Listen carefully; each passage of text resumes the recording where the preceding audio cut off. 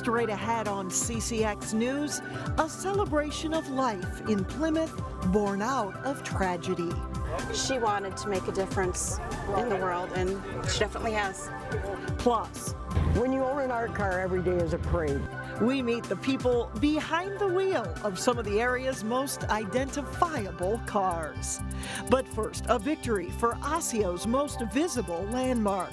CCX News starts right now.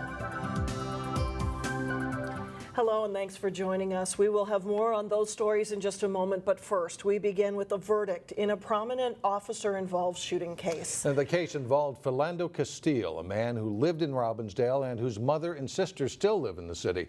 According to the verdict reached by a jury late this afternoon, St. Anthony police officer Geronimo Yanez was found not guilty on all counts. Yanez had been charged with 1 count of second-degree manslaughter and 2 counts of reckless discharge of a firearm.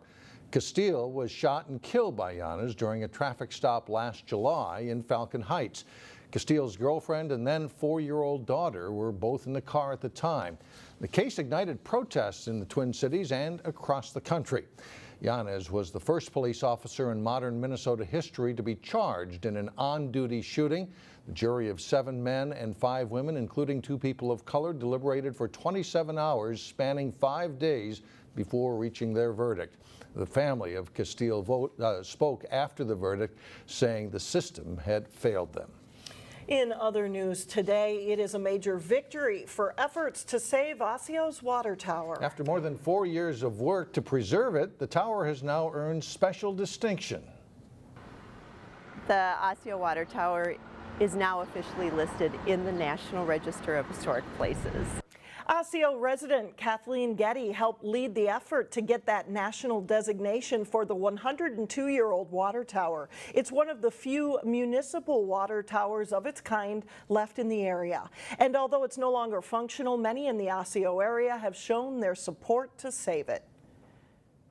That's what the tower symbolizes. It's a symbol of Osseo, Osseo's history, the people of Osseo, and I'm just so grateful that there was so much support. People love the tower.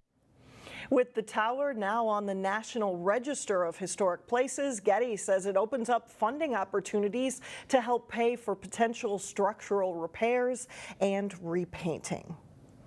A Brooklyn Park strawberry farmer is in quite the jam. Bert Bauman runs a 160-acre farm along Highway 169 near the Champlin border. He said last Sunday's hailstorm affected 70% of his crop, which features various fruits and vegetables. His strawberry patch was hit especially hard. Bauman was still able to salvage some of the strawberries, but he says the storm couldn't have come at a worse time because they were just starting to get ready to harvest the fruit. The dollar amount is not, you can recover from that. It's just you lose the momentum. You know, you kind of set back because you put so much effort into it, your own time, your own enthusiasm, and then when something like this hits, it really, it takes you down emotionally. Bauman said he has a limited supply of strawberries that should last until Wednesday. Nearly 40 dogs are now safe with the Animal Humane Society in Golden Valley after they were rescued from deplorable conditions in Bloomington. Bloomington Police and the Animal Humane Society removed the dogs earlier this week from a warehouse after receiving reports of barking dogs and a foul odor. The dogs belong to an organization called Love Me Again Animal Rescue.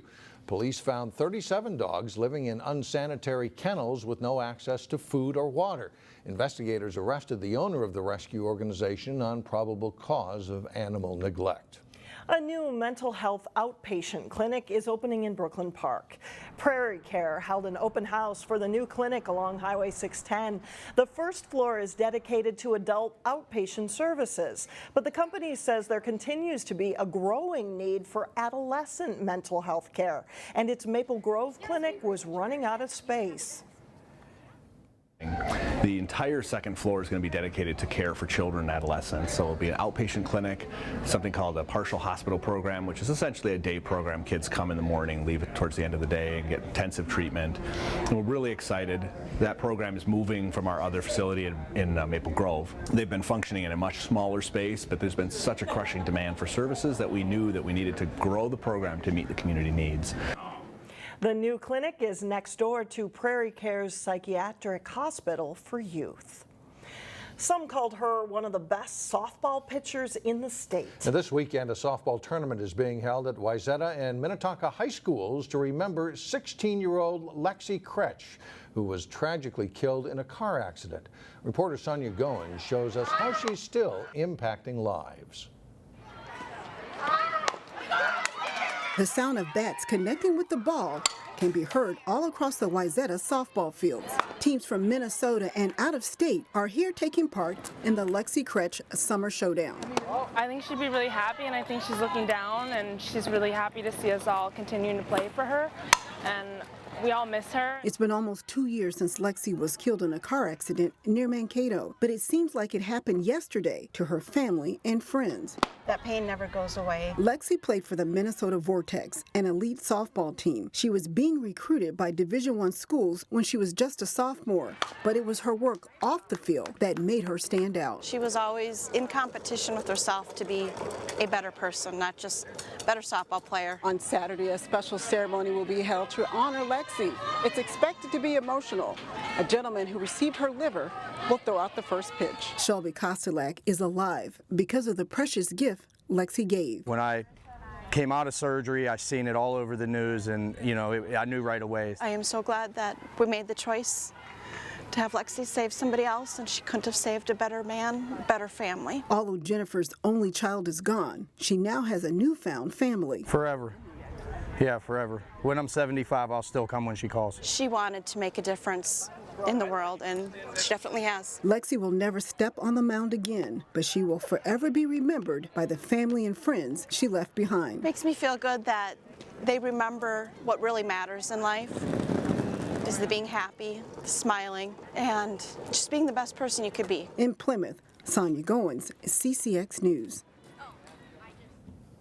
Lexi's friends called her Smiley because she liked to smile a lot, and even when things weren't going so well.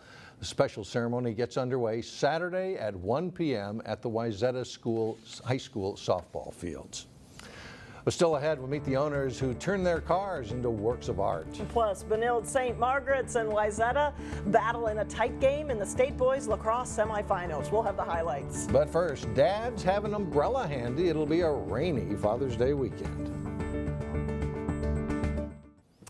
It was a great night for a parade in Brooklyn Park to kick off Tater Days. And during our live coverage Thursday, dozens of people sent in selfies along the route for our Put Me on TV drawing. And after every local parade, we're picking 3 winners, and here are the winning selfie photos from Brooklyn Park. They were chosen at random, and we will be contacting the people, and they will get a prize package worth more than $50. And you may have seen some of these cars at other parades. They are called art cars, and they travel to parades and car shows all over the Midwest. Reporter Shannon Slatton flagged down a few of them who drive home every night to garages in Crystal and Robbinsdale. Art cars, because life is too short to drive a boring car. Meet Patty from Robbinsdale, who drives the lipstick car. Carol from Crystal, who drives the Toyota.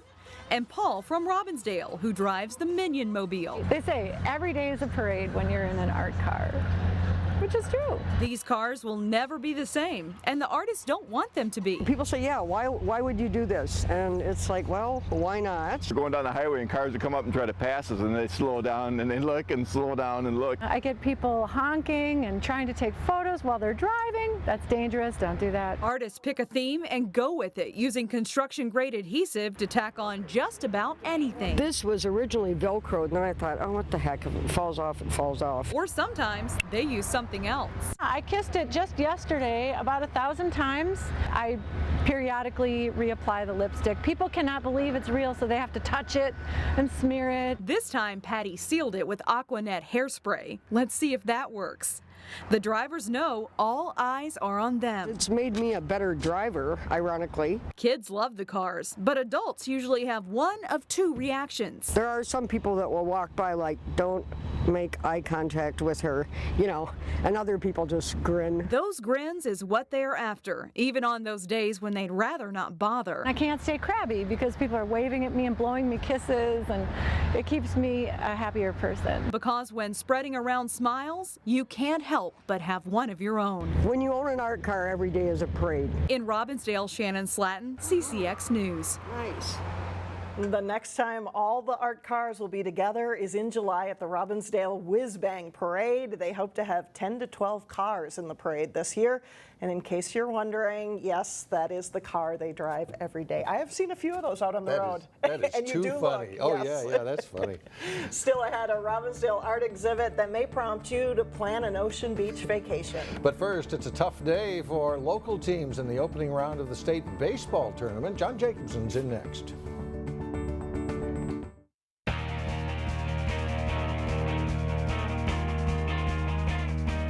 I'm John Jacobson with sports. 3 local baseball teams made return trips to the state Class 4A tournament this year. It wasn't a great opening round for any of them. Maple Grove beating Forest Lake in the quarterfinals.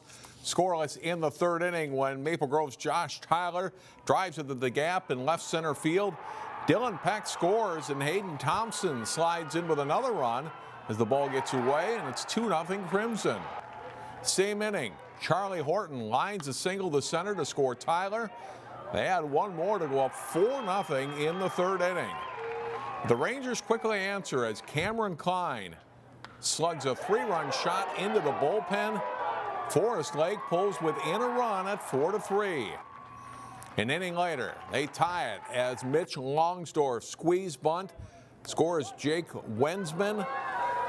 And this run makes it 4-4. And remember that play for later. It stays 4-4 until the 8th when Caleb Gates lays down a bunt. They'll throw to first, way wide of the target. Peck starts the play on second. He comes around to score the go-ahead run to make it 5-4 Maple Grove. But Forest Lake ties it on a sacrifice fly, and they win it on another squeeze bunt in the bottom of the 8th. Wensman gets it down. Jared Henderson scores the winning run. Forest Lake edges Maple Grove 6-5-8. Maple Grove is playing Wayzata in the Consolation Championship at this taping of CCX News. In the final Class 4A game of the day Thursday, the Champlin Park Rebels face the team they beat in the semis a year ago, Woodbury. It's a pitcher's duel early. Max Loven gets the strikeout for Champlin Park. Woodbury's Max Meyer gets some help from his defense as Anthony Pakulas bounces, fielded by Jack Horman. He fires across, gets the out, stranding a Rebels runner at third. 0-0 until the 6th. Nolan Gould stays down a good bunt for Woodbury. Luke Swenson scores. They'll add another run on a fielder's choice, and they go up 2-0. Champlin Park gets one back in the bottom of the 6th. Ian Coltis grounds to short, brings Zach Loven home. Rebels within 2-1 with 1 inning to go. But the Royals get a pair of insurance runs in the top of the 7th. Carl Scheidt drives it to the gap. The scorer Rodney Erickson. Woodbury wins at 4-1. Champlin Park lost 4-2 to Maple Grove Friday afternoon, and they are out of the tournament. It was a tale of two halves as Wayzata took on Benilde St. Margaret's in the state boys lacrosse tournament. Highlights from this semifinal match in Minnetonka. First quarter, Benilde's Jerome Newhouse rifles home the goal. It's 2-1 Red Knights. Second quarter, Eric Weber shakes his way to the front of the goal, and he scores for a 4-1 Benilde advantage. Edmund Ho sets up Turner wide. He uncorks the shot and a goal for a 6-1 Benilde lead. Red Knights defense relentless on Wayzata, especially seniors Evan Eliason and Karsten Swenson. Trojans held to 3 shots in the first half and just 1 goal through 3 quarters. But Wayzata makes a late run. Brooks Hansen to Braden Nelson, the sophomore, whistles the shot in, cutting Benilde's lead to 6-4. And then with under 30 seconds to play, Alexander Solly with a strong run to the net, and it's a 1-goal game. But Benilde wins the ensuing faceoff, and they run out the clock, and they win 6-5 to go to the state championship. All season, people have basically slept on us. Whenever we got like a big win, it was, oh, there was some other reason for it. And I think coming in here, we decided we wanted to prove everyone wrong. We think we deserve to be here, and we want to prove that we deserve to be here. Benilde and Egan play for the state championship Saturday night at 6 o'clock at Chanhassen High School. Wayzata plays Montevideo for third place Saturday afternoon at 1 at Minnetonka. That's all for sports. Mike and Alex, back to you. All right, John, thanks a lot. Up next, Art with an oceanfront view. We'll be right back. This weekend in Crystal, music, great food, and airplanes. It's our 25th anniversary of having the Crystal Airport Open House and Fly-In, and we're going to start the event out with a Saturday evening hangar dance at the North of 60 Tower. Music will start about 7 o'clock. We're going to have food trucks. Beverages will be available for purchase.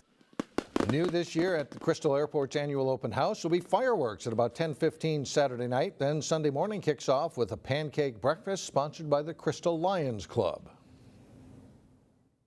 So this money goes to the eye banks more than anything, foundation, and for the hearing, and then again to Can Do Canines for the dogs.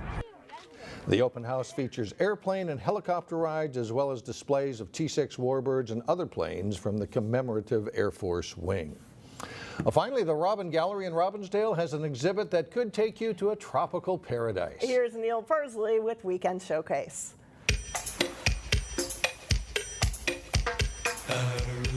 Everybody loves the ocean. You know, it's where you go to relax, it's where you go to party, it's where you go to find your soul, and so we need to take care of that. Rena Mornson's work definitely has a laid-back beach vibe. She's currently doing a solo show at the Robin Gallery and has found a passion for portraits and landscapes. More specifically, beach landscapes. I started a couple of decades ago, and I just did a pencil portrait of my children when they were young, and I found I enjoyed it. Then from there, I just went with it, and I love the ocean, so I find a lot of people want me to do their portraits of their loved ones, and then I also like for me to do the ocean. It was no surprise when Rena said one of her favorite movies was Splash, because who doesn't like mermaids? You'll notice them in many of her ocean scenes. When it comes to her portraits, the eyes have it. I know the portrait, whenever I do the portrait, the first thing I have to do is the eyes. You get to know the person even though you never met the person. For an artist who loves the ocean, I asked her how come she lives in Minnesota. Minnesota's not that far from the ocean, you know, with the Great Lakes. It feeds into it. So whatever we do to the ocean affects all of us everywhere. Not that far from the ocean. Okay, let's go with it. For Weekend Showcase from the Robin Gallery in Robbinsdale, I'm Neil Persley, CCX News. And her work will be on display at the Robin Gallery through June 24th. That's all the news for us. Thanks so much for joining us. Have a great weekend, everyone, and we'll see you again on Monday.